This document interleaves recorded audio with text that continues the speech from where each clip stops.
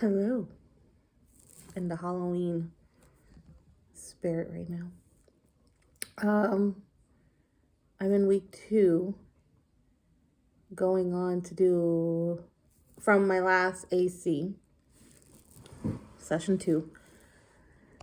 This week I go in for 3. Um, I'm a little nervous. Here's the thing, I think I'm like stressing myself out for no reason because I want to be on track, and I've been trying my hardest to be on track. I get nervous when it comes to the last 2. Even last treatment, I've been worried, like, what if it's not gonna come? What if he tells me I need a week rest? I don't want a week rest. I don't want a week rest. I don't want a week rest. I want to keep on going. My body feels fine. Other than me psyching myself out with things. So I did session 2, not last week, the week before. And I will say, we went out afterwards to do a little errand. And then I came home. I sat outside because the weather was beautiful. So it was like, I went out. My husband was still working, and I came on outside with him, and I just relaxed and enjoyed the breeze and nature. And I felt good. Maybe about until, well, no, I finished treatment around 11. Went out, I stopped at the grocery store with my mom to get some stuff that I needed for, we needed, like milk. But then when you buy milk, you buy like 5 other things that are like non-essential, but you kind of need it. So we did that. And then I went with my husband. We dropped my mom off, went with my husband to do another errand. It's totally fine. Came home. I was fine. The only thing that happened, I felt like I got drunk. I was like all tipsy. Like I felt lightheaded. That's the perfect way to say it. I was lightheaded, but I felt drunk. Like I don't, like probably all the drugs were like, whoo. Which I'll take. I'll take that because it could have been worse. I recorded myself. I would probably post it, but I was cursing a lot. That was weird. But it was, I hate to say fun, but it was pretty fun. So I did that. And the weird thing is like the day now that I do treatment, and only I have like 2 more left. But now my daughter has extracurricular activity changed to Wednesdays. So my husband had to go take her, and he was worried because he was like, you're lightheaded. Don't leave the couch. But I was like, what if I have to use the bathroom? He's like, oh, crap. He's like, all right, I'm going to call you when I get there. Just, get someone on FaceTime, right? Because if I go with someone on FaceTime, they see something, they can call him or 911 or whatever. We have to think of the worst possibilities in these kind of situations, especially being left alone at the home when, you're not well. So I called 2 people. They didn't answer. And these are 2 people who are nearby. They didn't answer. Then I called my cousin in the Dakotas. I keep forgetting which Dakota she lives in. I'm sorry. She's going to probably watch this and laugh. So I called her. She stayed on the phone with me for the whole time that he was out. So that relieved some kind of stress from him. And then came home. We had dinner. I was feeling tired at that point. 8, I was like, all right, I'm going to bed. So I fell asleep from 9 until 1 or 2 o'clock. Fell asleep, woke up, insomnia at its finest. And I've now learned when that insomnia kicks in is your time to binge watch on a show. It's a time to try to shop on Amazon. Although I haven't been finding anything good. that time to watch TikToks or YouTube, but binge watch. So I think I would have slept longer, but I have a device on my stomach that begins with an L. Lupria? It's a white blood cell. And I can't turn over on my left side. So sleeping on my right side, wanted to turn over and realize I can't because I can disarm. I can deactivate the damn thing. I don't want that because I want the white blood cells to go in. So that's what caused the insomnia. So I binge watched and I still couldn't go to sleep. So I went on TikTok and then I fell asleep back for an hour. I woke up in time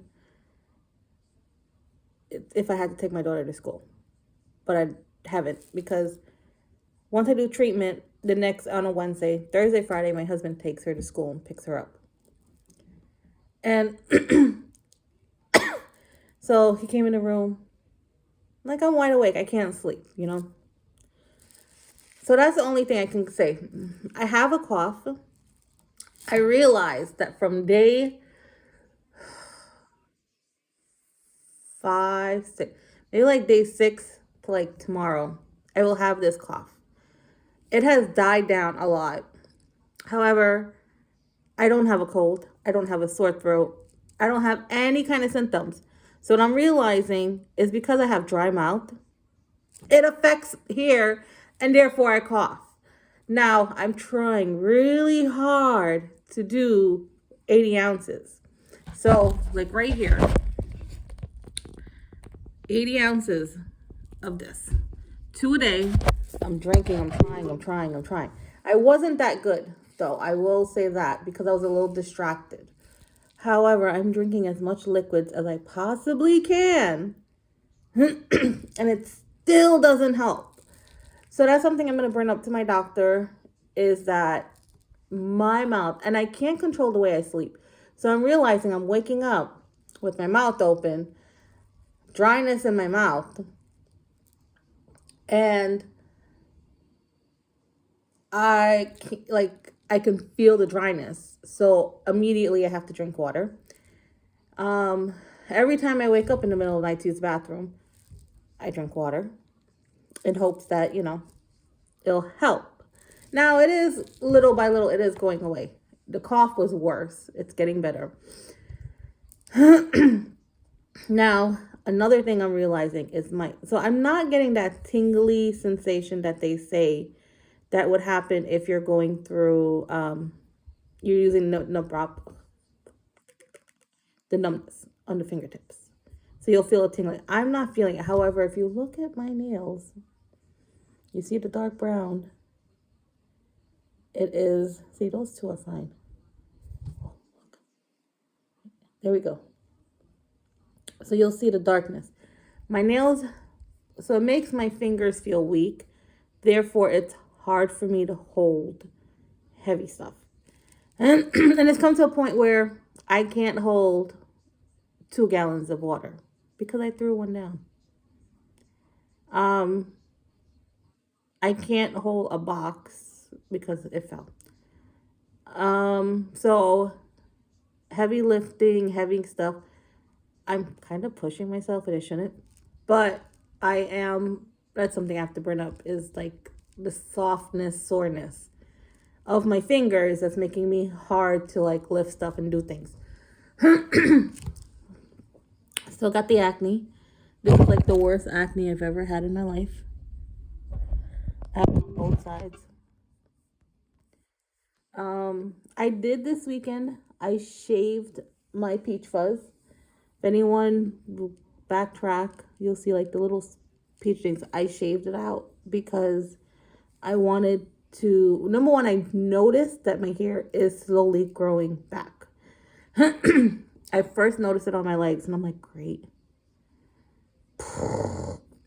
Then I've noticed it under my arms. I'm like, ugh. And then I feel a little on my chin. And I'm like, man.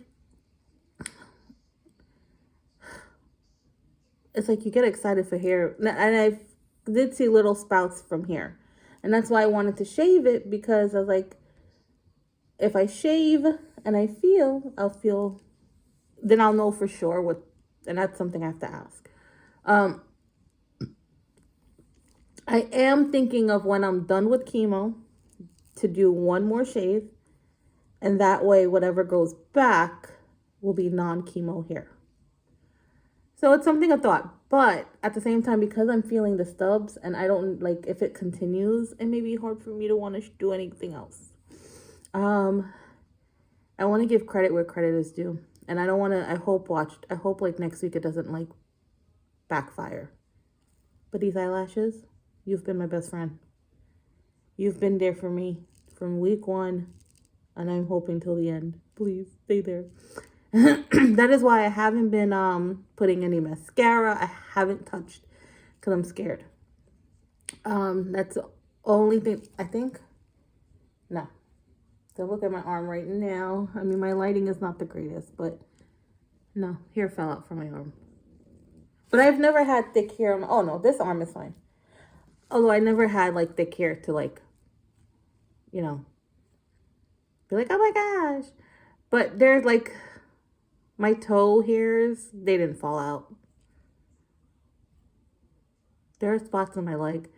But I'm like, I've enjoyed not shaving. Oh man, I enjoyed not waxing. You know what I mean?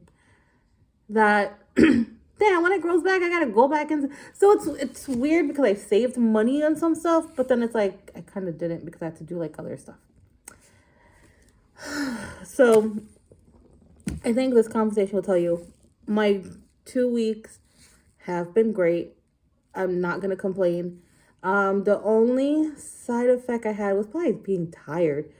But I think it falls back on my insomnia, not sleeping the first couple of days, that the sleep creeps up on me. But I was able to do a lot of stuff. I was able to do a walk. I did a breast cancer walk on Sunday. And I walked. I did 7,000 steps. I walked 3 miles. I had lunch for my supporters in my backyard. We were all outdoors. I was able to like stand for a long time talking to people. I was able to sit and talk with people. The only thing I know what I'm not doing good with the first couple of days after AC is processing information right away. So if you ask me a question, I need a minute before answering. I can't do searches for a long time, like research and stuff like that. It bothers me with the screen. But I was able to do a walk 4 days after chemo. I was able 3 days after chemo to take my daughter to her activity, come home, doing grocery pickup, do a dessert pickup from an incredible baker called Egg Sweet Life. She's so amazing. Her cheesecakes are the best, but I can ramble about that. Pick up lunch, come home, make posters. I didn't go to bed till 11:30 that night. Woke up at 5:30, wide awake, ready to go. I will say the last 2 weeks I've had a good amount of energy to still do things. And I just, I'm grateful because I know not everybody, and I don't want to get emotional thinking about other people, but I know not everyone has the same symptoms. I know I am doing a lot of extra stuff, and I don't want to talk about it right now because I'm still under treatment.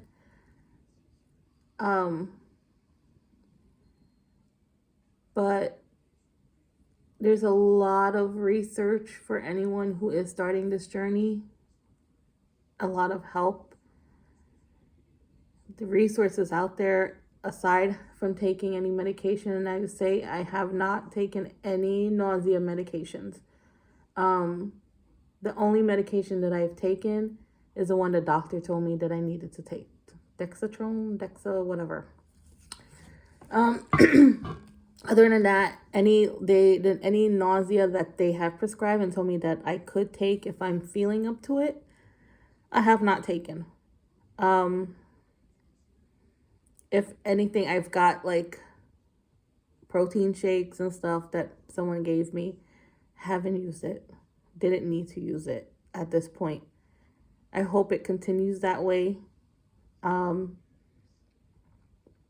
I am doing a lot of like boosting with fruits and vegetables, and um, I cut out a lot of stuff, but I've also been doing a lot of stuff at the same time. Um, but I want to like do that after I'm done with treatment. I don't want to do it now, and it gets like I get in trouble or something. Um, but I'm happy to say that I'm nervous to go to week 3 because you just am afraid of like, okay, I'm afraid of that week resting. But I'm positive at the same time that week 3 will happen, and then I'll have that final countdown that I prayed that I'm on track to do, because I hate having to take setbacks when it comes to being a mom. I do everything for my daughter. Everything. And the days that I can't do anything, I know it affects her. But I know she's affected where she knows that I'm trying way too hard. And she's like, Mom, you need to rest. Because she's scared of the unthinkable. So I'm just fighting and hoping that week 3 goes off and I can stay positive for week 4 and ring that bell. I never thought in my whole entire life that ringing a bell would be such a meaningful journey, would be like something to aim for. I never thought this year my goal is to just ring that bell and I can go home and just tell my daughter that the hardest part is done. Because it takes a toll that I just can't be there 100% for her. And that's been my hardest struggle, is just not being there for her. Gosh. And I'm going to remain positive that everything's going to go without a hitch. I've been very careful. I've been very cautious. I'm just trying really hard. I can't believe it. I feel it. I feel that it's there. But I feel like it's going to take forever. It's been a hell of a journey. Good. It's not a good journey. And I wouldn't wish this on anyone. But I just know it's going towards the end, and I can smell that bell. And I know when that time comes to ring it, I'm gonna ring it like there's no tomorrow, and they're probably gonna tell me you gotta stop. But I'm gonna end it on a good note and tell anyone who's watching this and they're going through their own little journey, or they're going through something, there is light at the end of the tunnel. And you need to have a good support system, and it's important to just talk. Don't keep it in. I'm grateful for the little support people that I have in my life right now. Incredibly grateful. And for my husband and my daughter, when I ring that bell, it's for them. Oh, it's for me. But it's for them because they've been the most incredible two people. I tell you, I have an amazing, amazing family. If I couldn't ask for any two supporters other than them two, they've made me laugh, they've made me cry, they've made me get annoyed so many times. But for them, it's worth it. It's worth it. All the pain, all the emotions, the roller coaster ride, me going crazy on them, me looking crazy for them. It's all worth it at the end of the day. And with that, I'm going to end it before I go through another cry fest and say we got this, because we really do. Mwah.